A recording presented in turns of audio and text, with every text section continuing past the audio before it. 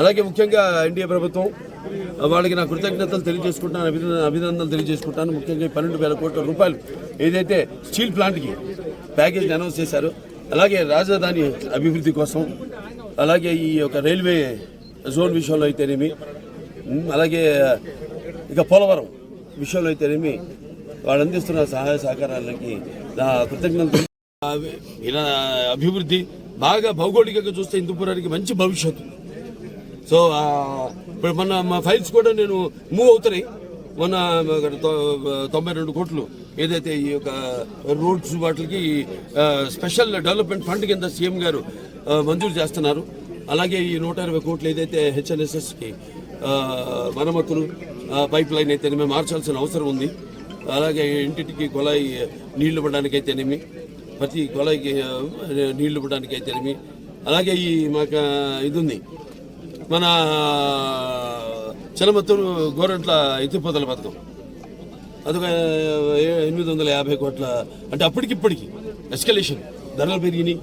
అప్పుడేమో ఇప్పుడు 550, ఇప్పుడు ఇవాళ 850 అయింది. అంటే పోయిన ప్రభుత్వం దాన్ని పట్టించుకోలేదు. ఇక ముందు దాన్ని బాగా అభివృద్ధి చేస్తామని వాళ్ళకి గిట్టుబాటు ధరలు రైతులకు వచ్చేలా. ఎందుకంటే ఈ మధ్య చూస్తే కొంచెం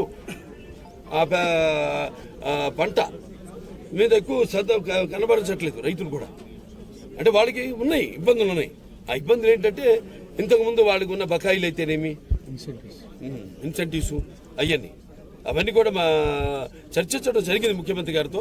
త్వరగతిని సెరికల్చర్ని కూడా డెవలప్ చేసి తప్పకుండా మొత్తం సర్వతోముఖ అభివృద్ధి, హిందూపురం సర్వతోముఖ అభివృద్ధికి నా వంతు కృషి చేస్తాను తెలియజేసుకుంటూ సెలవు తీసుకుంటాను. ఇక్కడ ఇప్పుడు ప్రభుత్వం ఎన్నో పథకాలను తీసుకొస్తుంది, రూపొందిస్తుంది, ముందుకు తీసుకొస్తుంది.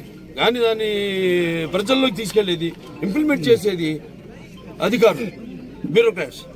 అంటే ఇక్కడ నేను అనేది ఏంటంటే ప్రభుత్వానికి బ్యూరోక్రాట్స్కి ఎటువంటి తేడా లేదు. అందరూ ప్రజల సేవ చేయడానికే. ఆనాడు ఆయన అన్నట్టు రామారావు సమాజమే దేవాలయం, అందులో ప్రజల దేవుళ్ళు, నేను అందులో ఒక అర్చకునిలాగా మేమంతా ఈ సమాజానికి పనిచేయడానికి అర్చుకున్నాం. నేను అప్పుడు అధికారంలో ఉన్నప్పుడు, ఫస్ట్ విభజన అయినప్పుడు రాష్ట్రం, తర్వాత అధికారం లేనప్పుడు కూడా వారెంతో సహాయ సహకారాలు అందించారు నాకు.